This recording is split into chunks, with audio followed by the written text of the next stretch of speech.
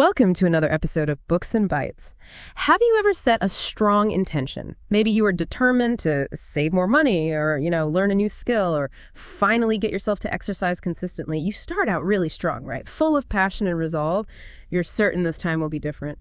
But then as the days turn into weeks, that commitment it fades. It's a really common human experience, isn't it? We feel so incredibly determined and we buy into this widespread idea that willpower is everything, that if we just want it enough, we can achieve anything. But then we falter, and we're left wondering why, despite our very best efforts, this pattern keeps repeating itself. That's precisely the core question we're going to plunge into today.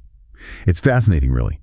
Our deep dive will draw heavily from the profound insights found within the book Good Habits, Bad Habits by Dr. Wendy Wood.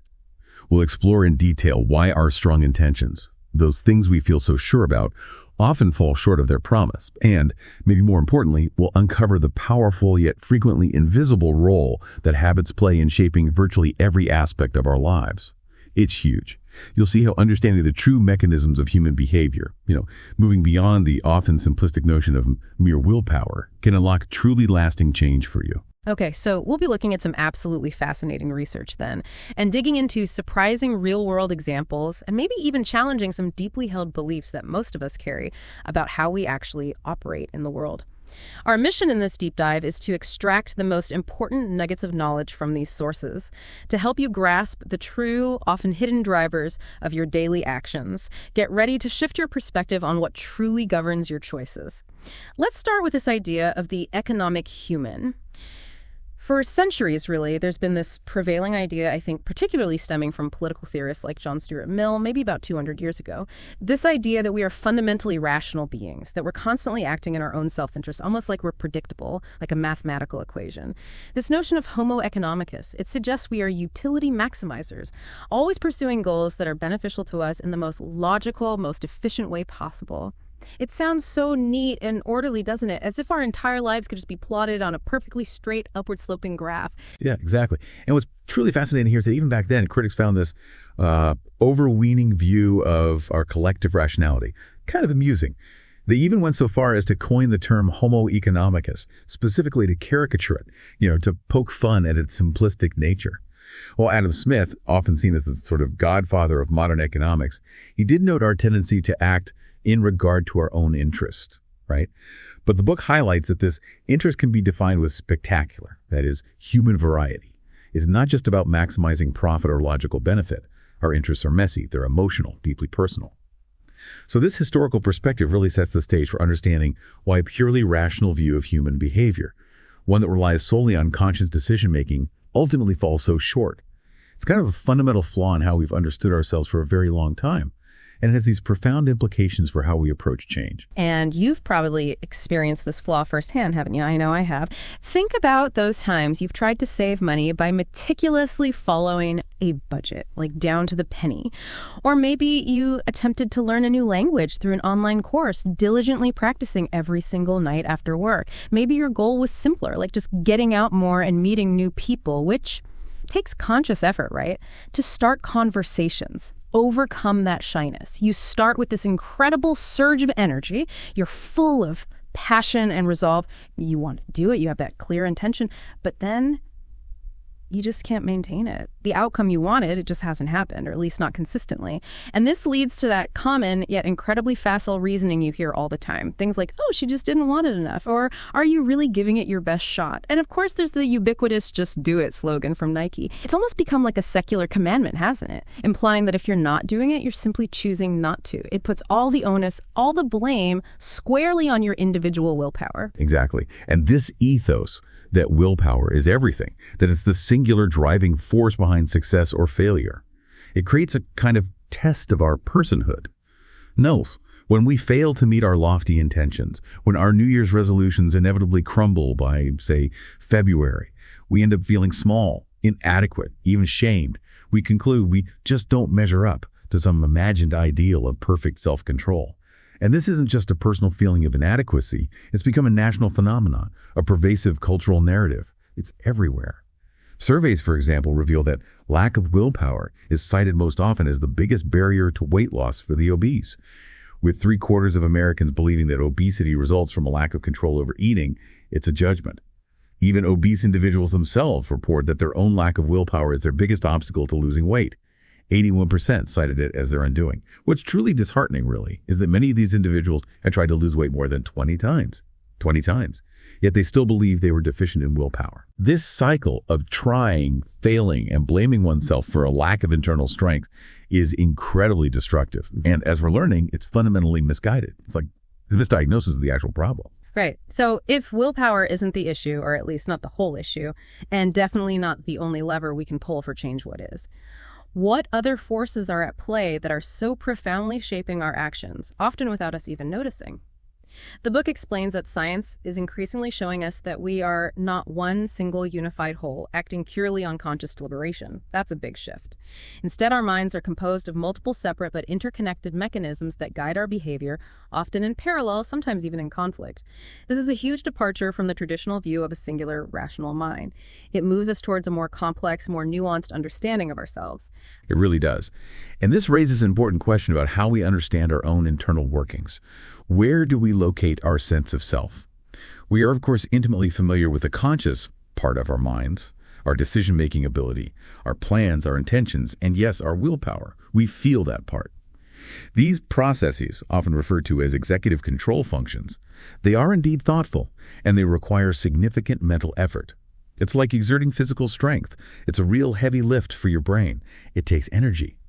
These conscious processes represent our subjective reality, that profound sense of agency that we recognize as me. We feel intimately connected to these deliberate choices. We celebrate them as triumphs. The initial decision to change, whether it's starting a new diet or switching careers, that might feel like a victory. You've made the plan, you've committed. Feels good. But sustaining it, like that cousin the book mentions, trying to lose weight in a kitchen perpetually full of junk food, that's where the real challenge lies. It's the follow-through. The book details how trying to suppress desires through sheer willpower, ironically, makes goals harder to achieve. It turns good behavior into a form of torture, almost. And when motivation naturally ebbs, as it inevitably does for everyone, our conscious minds, which are remarkably facile, they excel at rationalizing quitting. We're great at finding excuses. This dynamic strongly suggests that something else is at play, operating far beneath our conscious awareness, and often overriding our best intentions. Something more powerful and far less exhausting is driving much of what we do. Okay, this is where it gets really interesting for me, because the book argues that persistence, that long-term sticking power we all crave, it isn't primarily about having strong attitudes or some endless supply of willpower, like a battery you just keep charged. Through decades of research across numerous fields, it's now known that it's habit that creates persistence. That's a bold statement. So this is the core insight, the golden nugget we're extracting for you today. Understanding how to create habits is the absolute key to lasting, effortless change. It's not about trying harder with your conscious mind all the time. It's about strategically setting up your life so the right actions become automatic. They become truly effortless over time. Exactly. The strong intentions and willpower theory of self-change drastically underestimates the likelihood of backsliding. This is so critical to grasp. Think back to that cousin trying to lose weight. She's operating in a truly hostile environment. There's constant junk food readily available, and her family is frequently snacking around her, offering temptations at every turn. It's relentless. Her life, as described, seemingly revolves around eating while doing, watching TV, talking on the phone, entertaining guests, all activities seamlessly paired with snacking. The cues are everywhere. In such a context, relying solely on conscious decisions to resist temptation becomes a constant, utterly exhausting battle. You just can't win long-term that way. This vividly illustrates that our environments are far, far more influential in shaping our behavior than we often credit them for. Way more. We tend to focus inward on our perceived lack of willpower, feeling guilty or weak, when the external forces, the cues, the friction, the stable contexts around us are often the dominant ones. It's often not a character flaw. It's more like a design flaw in our strategy for change. We're using the wrong tools. Okay, but there's good news in all of this, right? The book says we can absolutely change unwanted habits and form good ones. When our automatic response is the desired one, when what we do aligns effortlessly with what we want to achieve, our habits and goals are finally in harmony. And crucially, we no longer have to constantly rely on willpower. It's like setting your life on autopilot towards your desired destination. Imagine the mental energy you'd save, freeing up your conscious mind for what truly matters. Indeed. In fact, many of your current virtues, those positive actions you take every day, are likely already habitual. You might not even realize it. Perhaps you automatically lock the front door when you leave the house, without a second thought, right? Or you consistently use your turn signal in your car when you're about to change lanes or make a turn. It just happens. Maybe kiss your kids goodbye every single day before they head off to school. You might consciously think you do these things because you intend to, because you're a responsible parent or a safe driver. But more likely, such regularly repeated responses are deeply ingrained habits. Habits proceed so efficiently and quietly that we often mistakenly believe we consciously decided to perform them in that moment. This is the illusion. If our noisy, egotistical consciousness takes all the credit for the actions of our silent, habitual self, as the book puts it, then we'll never learn how to properly exploit this hidden resource. Habits will remain a silent partner, full of potential energy, but never asked to perform to their fullest. We're basically missing out on a powerful tool because we're not recognizing its quiet, pervasive work all around us. That idea of habits being so quietly efficient is really intriguing. But it's still hard to shake the feeling that we are making conscious choices for things that feel significant. Even for something like voting, which feels like a big civic duty, a really deliberate act. Are you saying even that is just habit? It seems like there's no scene where habits cannot enter. Is that really true? It's true that civic duty feels very deliberate, very conscious. But the research suggests that even something as seemingly high-minded as voting can be heavily influenced by habit. A fascinating study analyzed 8 national elections way back between 1958 and 1994. It found that simply the act of going to the polls showed clear, habit-like tendencies, even though people don't vote all that often, maybe once a year or every couple of years. Political scientists usually explain voter turnout with these high-level motivations, right? Like concern for the election outcome, a feeling of making a difference, or strong party identification. You'd think this would be all about conscious civic duty, wouldn't you? Right. It feels like a conscious choice, definitely. A reflection of your values, your beliefs. Exactly. But the implications of that study were huge. It showed that by moving house, people disrupted repeated habitual voting. Suddenly, the routine was broken. They were forced to re-register in their new location, find a completely new polling place, maybe learn new ways of casting their ballot if the machines were different. This made voting a hassle again, transforming it from an almost automatic routine back into a conscious decision that required effort and planning. And what happened? Only then did the highly motivated people, the ones with strong conscious reasons, actually vote. It really demonstrated how a stable context pervades our understanding of habit. Without the familiar context, the familiar polling station, the familiar walk or drive, the habit broke. And that revealed the underlying role of conscious effort needed when habit isn't there to carry the load. This principle extends far beyond voting, obviously. It touches every aspect of our lives where context creates the conditions for repetition, often without us even noticing it's happening. And this really gets to the heart of it, doesn't it? Stable contexts, living in the same place, driving the same route to work every day, maybe even sitting on the same couch every evening to watch your favorite show. These are rich environments for the cultivation and perpetuation of habits. They feed the beast, so to speak. This invisibility of habit, the way it just blends into our routine, however, it hides immense power. And it's not just about mundane tasks. It can dictate critical outcomes, even in life or death situations. Absolutely. Take your weekly trip to the supermarket. You've probably gone hundreds, maybe thousands of times, perhaps always on a Saturday morning, taking the same turns, parking in roughly the same section. It's the same car, same road, same destination, maybe even the same mental grocery list forming as you drive. This environment is a perfect opportunity for habit to take over. In that 10-minute drive, we effortlessly pilot this 4,000-pound amalgamation of carbon, steel, and plastic, and then put complicated geometry into practice as we ease into that last parking spot. It feels easy. All of this is done largely on autopilot, using skills learned through sheer repetition over years. But then comes the paradox. More than half of all auto accidents occur within 5 miles of home during a local trip. Isn't that staggering? You'd think we should be safest where we're most familiar. We know every curve of the road, every pothole. Instead, in familiar surroundings, habit takes over. We stop paying attention and start ruminating about today's events or planning tomorrow's meeting. Our minds wander while our hands and feet just execute the habitual driving motions. We're checked out mentally. This habit-driven distraction, combined with all the new distractions like phones buzzing and chiming, it contributes to climbing U.S. road fatalities, which hover around 40,000 bards per year. That's a huge number. Only new drivers who are still consciously managing every single aspect of driving, clutch, brake, signal, mirror check.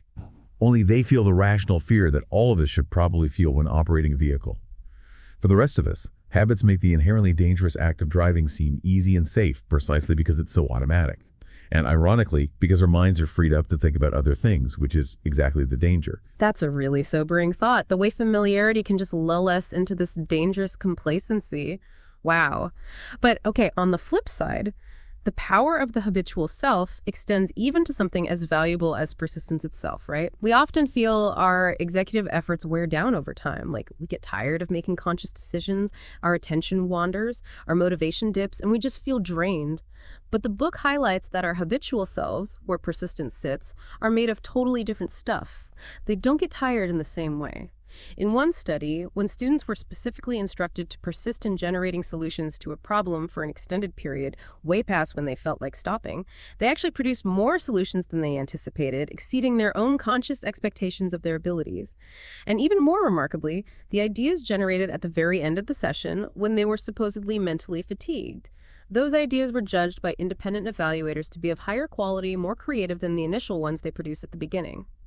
Persistence, when channeled through habit, didn't wear down. It just kept on producing, showing this kind of resilience that conscious effort often lacks. This is incredibly liberating, actually, because it suggests that long-term persistence isn't about endless willpower. It's about engaging that deeper, more enduring habitual self.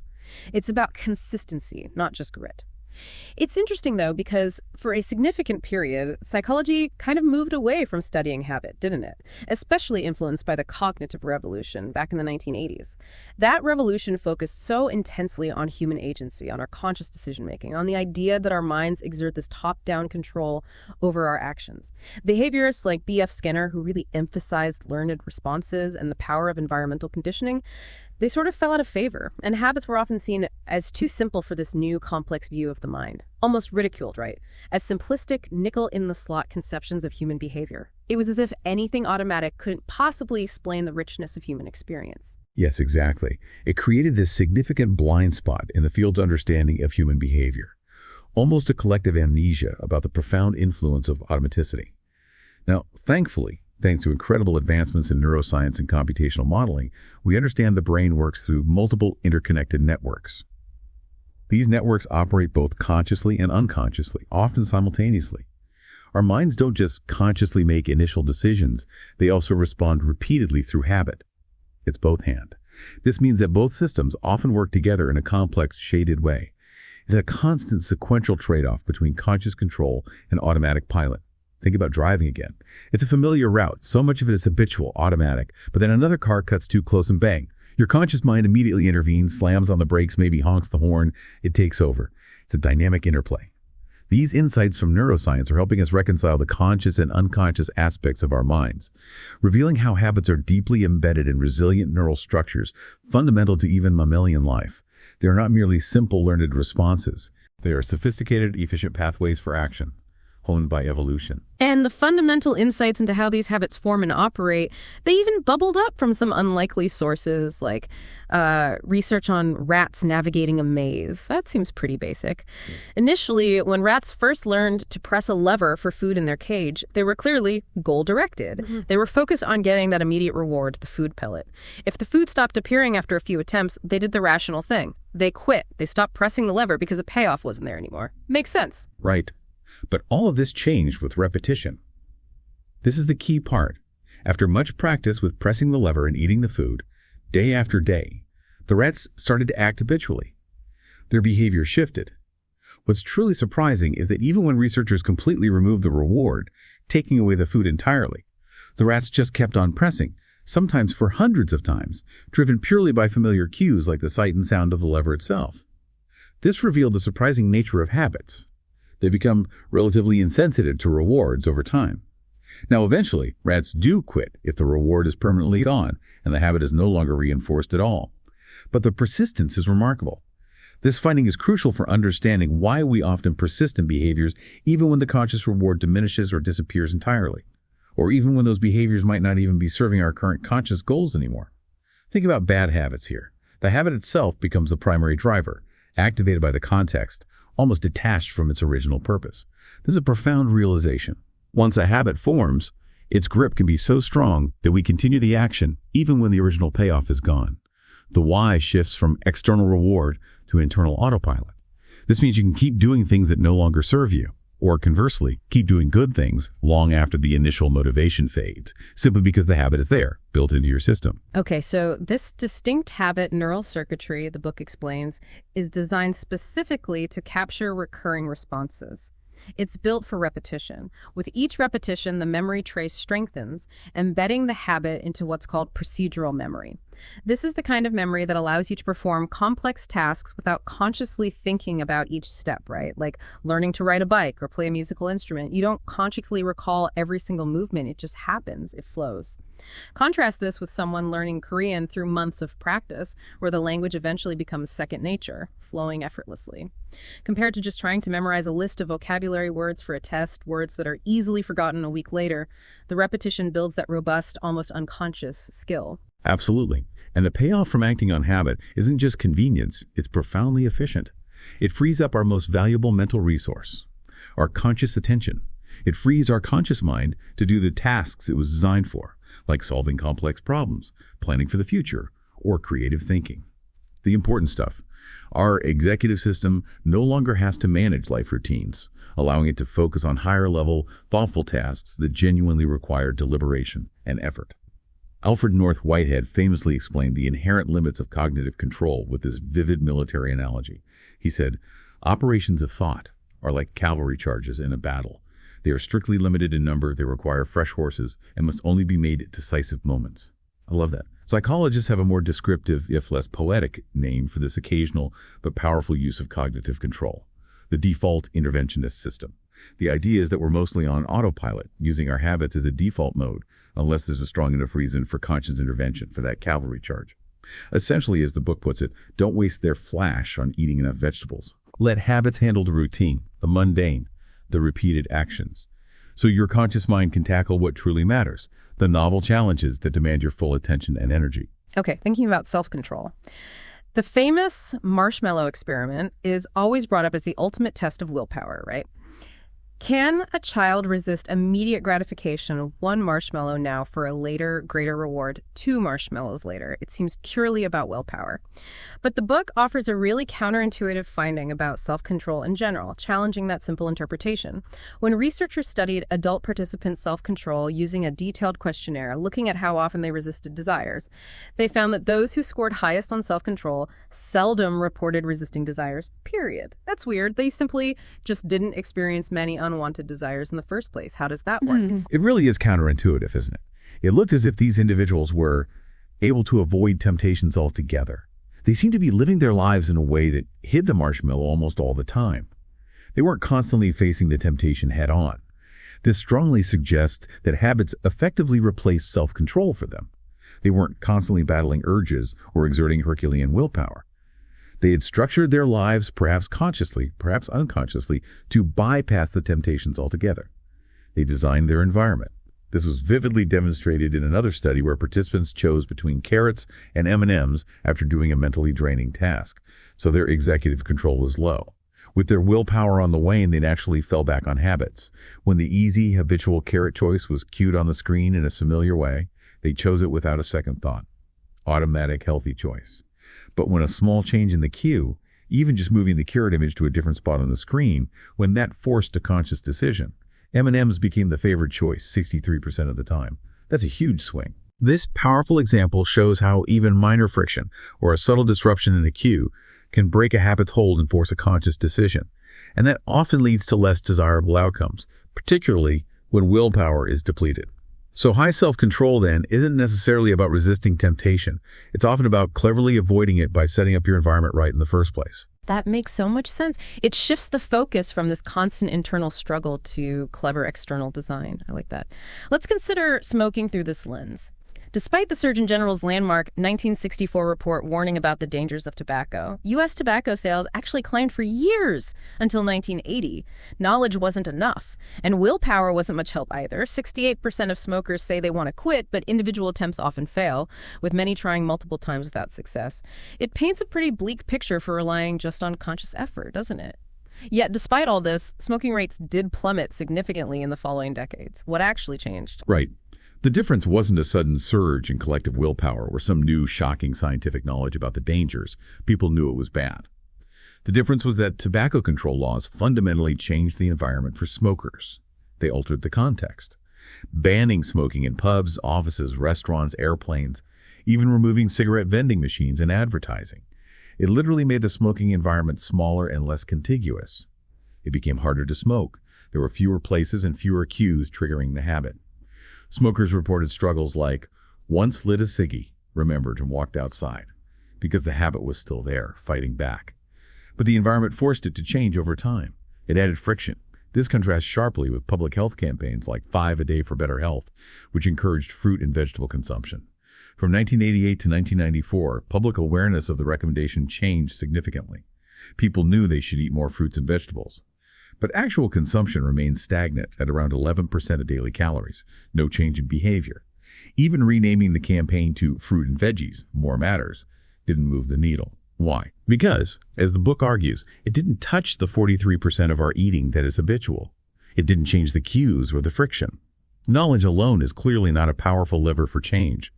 Altering the environment, the context, is the true engine of widespread behavioral shift.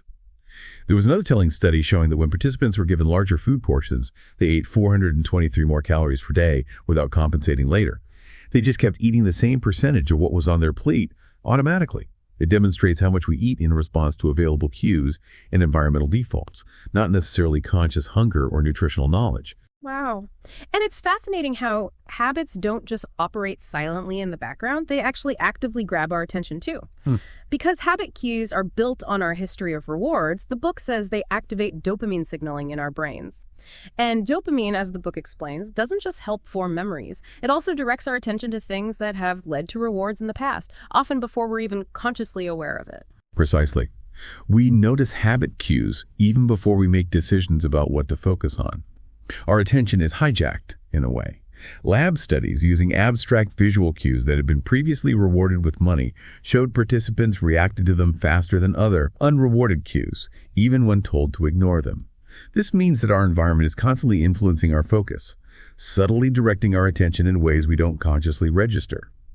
It's a powerful, silent force that shapes what we perceive and how we react, often preempting our conscious choices. So if you're walking past that coffee shop where you always get your morning latte, your brain registers that cue, the smell, the sign, and pulls your attention towards it. Before you've even had a chance to consciously think, do I really want coffee today? The habit is already at work, nudging you forward. Okay, so if our environments are so powerful in shaping our behavior, how do we actively leverage that power to build the habits we actually want?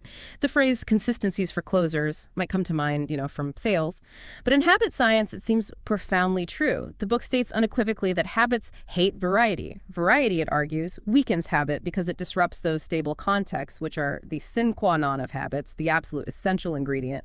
So if you're trying to build a new habit, stability and consistency are paramount. Is that right? That's exactly right. If your life isn't consistently cueing a new desired habit, it will develop only slowly, like a plant with far too little light. It needs that regular input. Think about your morning coffee routine again. Imagine you normally make coffee automatically every morning, barely thinking about it. But then one morning your kids' toys are left scattered all over the kitchen floor, right where you stand. Or you discover you're completely out of filters. Or the coffee machine has suddenly been moved to a different counter. These small changes alter the familiar cues and the smooth flow. They force you to suddenly stop and think about what you're doing. Should you put the trains away first or just step around them? Can you improvise a filter? Where did the machine go? Suddenly, it's a conscious decision-making process, full of little frictions, rather than an automatic, effortless one. This principle extends to really critical areas, like medication adherence. A particularly convincing study on hypertension medications found that patients with stronger habits of taking the pills at a certain time of day were especially compliant, more likely to take them consistently. And this was regardless of their belief in the medication's efficacy. It wasn't about motivation. It didn't even matter when they took the pills in terms of what specific time of day it was, just that it was the same time every single day. Stable time cues, that consistent context, were the key, not their conscious motivation or their conviction about the medicine. And it's incredible how that consistent, almost mindless adherence can be so powerful. It just bypasses all the mental debate. It's not just about taking pills, is it? It seems this same mindless interaction, this quiet automaticity, plays a surprisingly profound role even in something as complex and intimate as our closest relationships. The book notes that successful couples often interact in relatively mindless ways, where each partner automatically cues specific actions or responses for the other, almost like a dance. This fosters a deep, comfortable intimacy without requiring constant conscious effort or deliberation about every little thing. It's the quiet hum of a well-oiled machine where partners anticipate needs and respond smoothly without having to constantly negotiate or explicitly state desires all the time. Think about how you might instinctively know how your partner likes their coffee, or how chores just seem to get divided without a weekly debate. This reduction in friction and mental load allows for a deeper, more relaxed connection, freeing up energy for other things. Absolutely. It greases the wheels of daily life. So building on this idea of consistency, one really powerful strategy for building new habits is called stacking. It means building new behaviors onto existing, already established routines. You leverage the consistency you already have in your life. It's like piggybacking on those well-worn neural pathways you've already built. Right, like attaching a new train car to an engine that's already running. Procter & Gamble actually tested this with a new fabric refresher they were introducing. They gave spray bottles to college students for a month. Some students were simply told, "Here, use this product." Vague instructions. Others were given specific stacking instructions, like, "When I pick my jeans up from the floor, I will refresh them before putting them on." A clear cue and action pair. At the end of the month, guess what? The students who used stacking used the product significantly more often, especially those who rated themselves as generally prone to forgetting things. They used it 13 times during the month compared to 15% less often for those without the stacking instructions. This clearly shows how connecting a new action to an established cue makes it much easier to remember and perform the desired behavior. It's like creating a mental checklist where finishing one step automatically cues the next item. Exactly. And a related strategy involves swapping, where existing habit cues are co-opted to activate a new similar response. This works because the established cue, the trigger, can smoothly activate a different, but functionally similar, action. It's about leveraging the path of least resistance when it comes to change, making the switch as easy as possible. Okay, like thinking about the immediate popularity of soy milk for lactose-intolerant consumers. Without much conscious thought or a huge marketing push needed to change their entire behavior, they started to use it as an easy substitute for cow milk. It fits seamlessly into their existing routines for putting milk on cereal and coffee or using it in cooking. The context was the same. Similarly, the dramatic decline in sugary soda consumption in recent years aligns pretty closely with a significant increase in bottled water consumption. And water is often sold right alongside sodas in convenience stores and grocery stores, making it an incredibly easy swap for consumers. They can make a healthier choice within their existing stop by the convenience store and purchase a drink habit. The cue is still there reaching for a cold drink, but the response, the choice, is altered for the better. Right. However, swapping isn't always successful. There's a catch. If you're old enough to remember carob, it was supposed to be this healthy replacement for chocolate back in the day, but it never really took off, did it? It was disappointing. The failure of carob and similar misguided attempts is a valuable lesson in how all these habit formation techniques must be organized. When we swap, we have to remember the reward principles. Habits are built on rewards. If a new option is perceived as a marked downgrade in terms of its reward, if it doesn't give us that same pleasure or satisfaction, that same dopamine hit, our dopamine neurons actually decrease in activity, signaling to avoid that action in the future. It feels like punishment, not reward. So while cues and context are powerful, the perceived payoff, the reward, is still a critical component in whether a new habit sticks. You can swap the action, but you usually can't swap the expectation of pleasure for disappointment and expect it to work long term. Okay, that makes sense. The reward still matters. This next strategy is about intentionally altering your environment to influence your behavior. Almost like creating guardrails for your actions, or maybe making the path smoother for good choices and rougher for bad ones. It's called harnessing friction, and it's a strategy often used in professional settings, like in a restaurant kitchen with mise en place, which means everything in its place or set in place, right? Beginner chefs often fail because they don't prepare all their ingredients and tools ahead of time. They don't do their mise en place. This leads to waste and lost time because they have to pause mid-cooking, search for an ingredient, chop something else, or even start over if they realize they've used too much of something or miss an ingredient entirely. It's a huge source of friction and stress. It's exactly. Professional kitchens run on automaticity, precisely by creating stable contexts that automatically cue the right response and drastically reduce friction. Robert Shuren, an associate dean at the Culinary Institute of America, explained that he uses mise en place, not just in the kitchen, but in his own teaching and daily life. He lives by it. Every day, he sets out his roster, his whole class plan, and all the materials he needs for the next day laid out and ready to go. As he put it, in order to efficiently get stuff done, you need to have a timeline and set up for different tasks ahead of time. It's proactive. This initial upfront investment pays off with passive returns for all time because it removes points of friction and decision-making later on. It allows the work to flow more automatically with much less conscious effort required in the moment. It's about front-loading the effort to create a smooth path for your desired behaviors down the line. We see this principle of friction in our daily lives too, often without even realizing it. For example, consider using cash versus debit or credit cards. While both ultimately reduce your available funds, right, a study showed students were willing to pay about 30% less for things like coffee and beer when they had to use physical cash. It was as if they valued the items less or felt the purchase more keenly when handling physical bills, simply because cash added friction to the spending process. It made it less seamless, less automatic than simply swiping or tapping a card. That small act of counting out bills or receiving change forces a tiny conscious moment of deliberation, breaking the automatic flow. Oh, absolutely. And corporations already leverage this to an incredible degree, often to their benefit and, frankly, our detriment. Uber, for instance, famously shifted from showing surge pricing, which writers perceived as a kind of penalty, and it caused them to hesitate or look for alternatives. They shifted to just showing a fixed upfront price. This made the experience feel frictionless, turning what felt like a calculation of potential punishment into a simple automatic acceptance. Much easier to click confirm. Grocery stores are absolute masters of friction manipulation. They live by sayings like eye level is buy level, and they employ strategic layouts that put staples like meat and milk way at the back of the store, forcing you to walk through all the aisles past all the tempting displays. And then they put candy, gum, and magazines right at the checkout to exploit our worst impulses for profit, especially when our willpower might be low after a long shop. They are intentionally adding friction to healthier choices by making them harder to find and removing it from less healthy impulsive ones.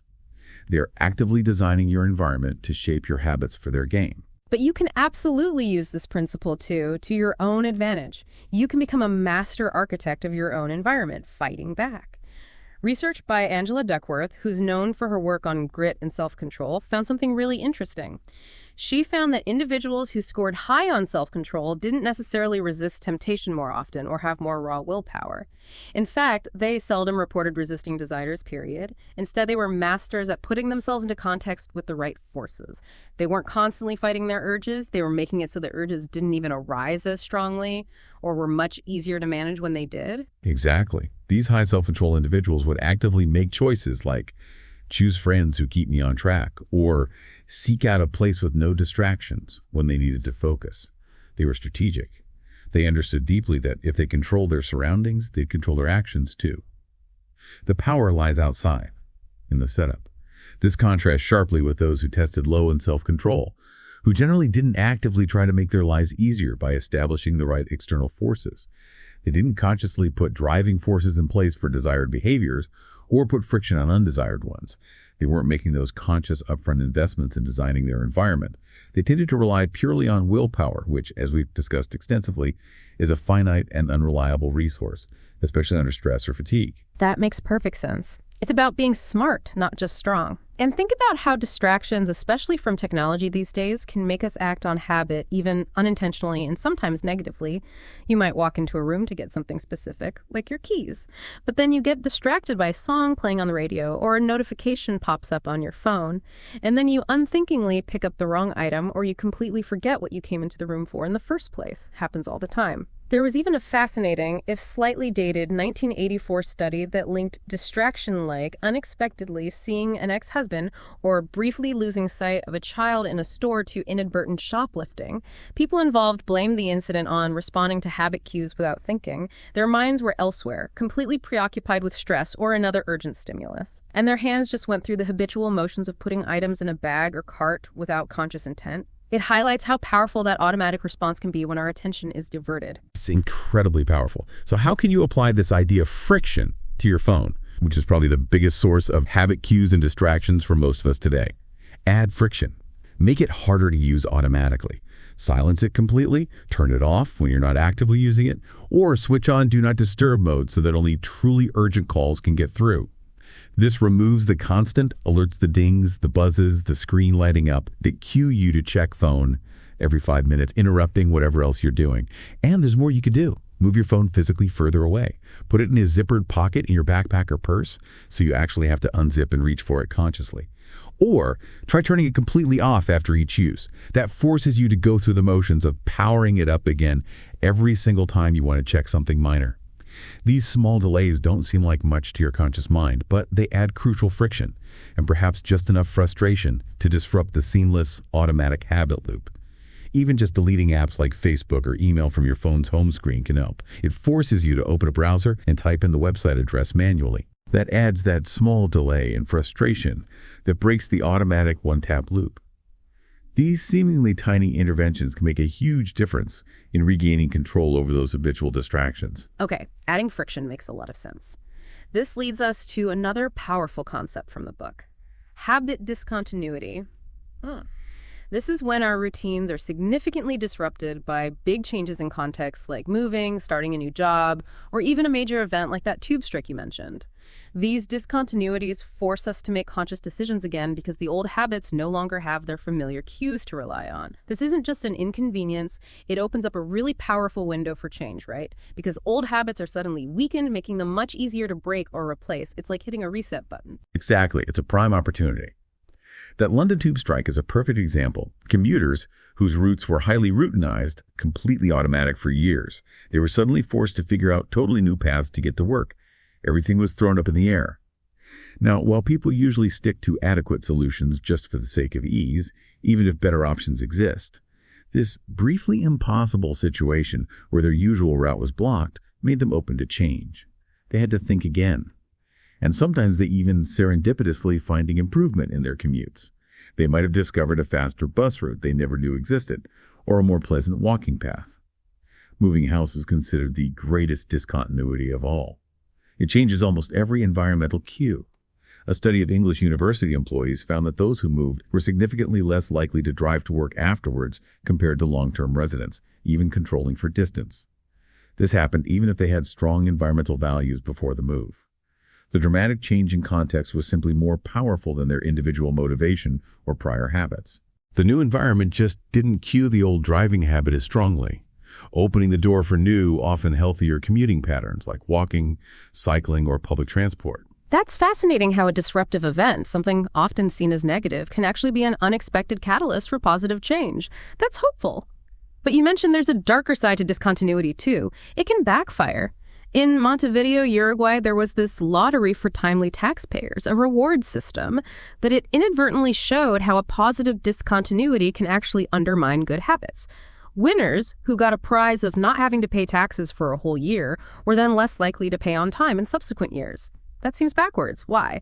Because the habit of payment, the consistent, maybe slightly annoying routine of setting aside funds and making that payment on time every year was disrupted. The chain was broken. It wasn't about financial relief in the long run, making them lazy. It was about breaking a strong behavioral chain, making them revert to a less punctual, less habitual approach to their finances afterwards. That's right. It shows how fragile habits can be when the context shifts, even if the shift seems positive. Yet, personal narratives of successful life changes often align perfectly with this idea of discontinuity being a catalyst. Over a third of people telling stories of successful, lasting change in their lives mention significant changes in context as the trigger. Things like moving house, finding a new group of friends, starting a different job, ending a relationship. As one person explained it, I felt I would find it easier to quit smoking in a new environment, which didn't have the usual cues and associations. They needed that clean break. Eliminating old habit cues literally provided the freedom to make new decisions and allowed new behaviors to take hold without the constant gravitational pull of the past environment. It's about literally removing the scaffolding that supports those old, unwanted habits, creating a clean slate where new, better ones can be built more easily. Okay, so discontinuities can be powerful levers. Now, shifting slightly, we've all experienced this other phenomenon, the thrill of a brand new couch or car or phone. That soon just becomes part of the furniture of your life. You barely notice it anymore after a few weeks or months. The novelty wears off completely. This is called habituation. We lose interest or conscious awareness of things we repeatedly encounter. It just fades into the background noise. Right. Psychologist Edward Titchener observed this way back in 1910. He noted that well-known objects cause us to feel a glow of warmth, a sense of ownership, a feeling of intimacy. We like what's familiar. Robert Z. Young later called this the mere exposure effect, highlighting that our preferences can change simply because we've grown used to things, regardless of their inherent quality or objective benefit. Familiarity breeds liking, essentially. This explains some odd things, like why we often prefer our mirror image over a true photograph of ourselves. It's because we see the mirror image daily and have become habituated to it. It feels right. Or why residents sometimes report feeling safer and familiar but objectively high crime areas of a city, even if crime statistics clearly prove those areas are less safe than unfamiliar ones. Our comfort with what we know can distort our sense of reality. It's a powerful unconscious bias towards the familiar, even when that familiarity might not be serving our best interest or reflecting objective truth. And in relationships, while those automated interaction sequences we talked about can be beneficial, fostering intimacy and reducing friction, there's also a flip side where partners can start taking each other for granted because of that same habituation. The spark fades into routine. This is where temporary discontinuities can actually be beneficial for rekindling things. Things like travel, even a short period of separation, or maybe even navigating minor conflicts can reintroduce romantic intimacy or appreciation. They sort of shake things up. They spur partners to reflect on their relationship, maybe express more affection, reminding them of the basic motivation for their partnership love, which might have gotten obscured by the comfortable yet sometimes dulling routine of daily life. It forces a conscious re-engagement, breaking the habituated pattern. Precisely. And the key takeaway here is that mirror exposure happens without our realizing it. It's an unconscious process. We generally think that we make decisions to act, not that our actions influence our decisions. We believe consciousness is driving the bus. This is that illusion of control again. People with stronger habits were often highly certain about their intention to perform those actions. They felt they intended to do it, even when those intentions were likely what's called epiphenomenal, meaning non-causal, incidental, just along for the ride. What does that mean, epiphenomenal? It means the intention was just a feeling that accompanied the action, a byproduct of the already unfolding habit, not its actual driving force. It's like saying the smoke coming from a train engine causes the train to move. It's there, it's related, but it's not the engine. We feel personally responsible for our actions because our repeated behaviors feel familiar, predictable, and safe. It's a powerful illusion of conscious control over what are, in reality, largely automatic processes. It's just how our brains make sense of the efficient work of habits, giving the conscious me the credit. That idea of feeling in control, even if it's illusory, seems connected to rituals, too.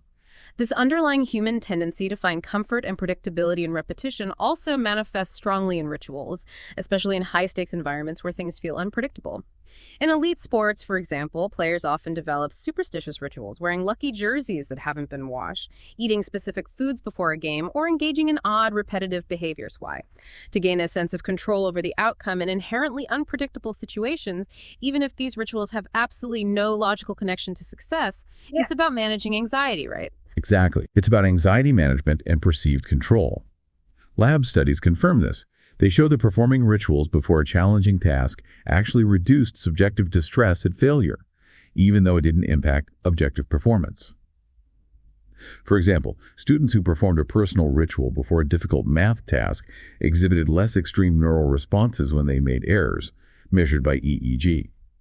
It suggests the ritual somehow buffered against the emotional sting of failure, allowing them to remain calmer. There's even a Brazilian simpatia, described as a kind of magical ritual that gets repeated and spread throughout the culture. Not because it demonstrably works in reality or has any real causal power, but because the repetition itself gives it a special power per se in people's minds. It feels potent because it's repeated. These reassuring familiar actions that bring peace and calm extend beyond just coping with loss or high stakes.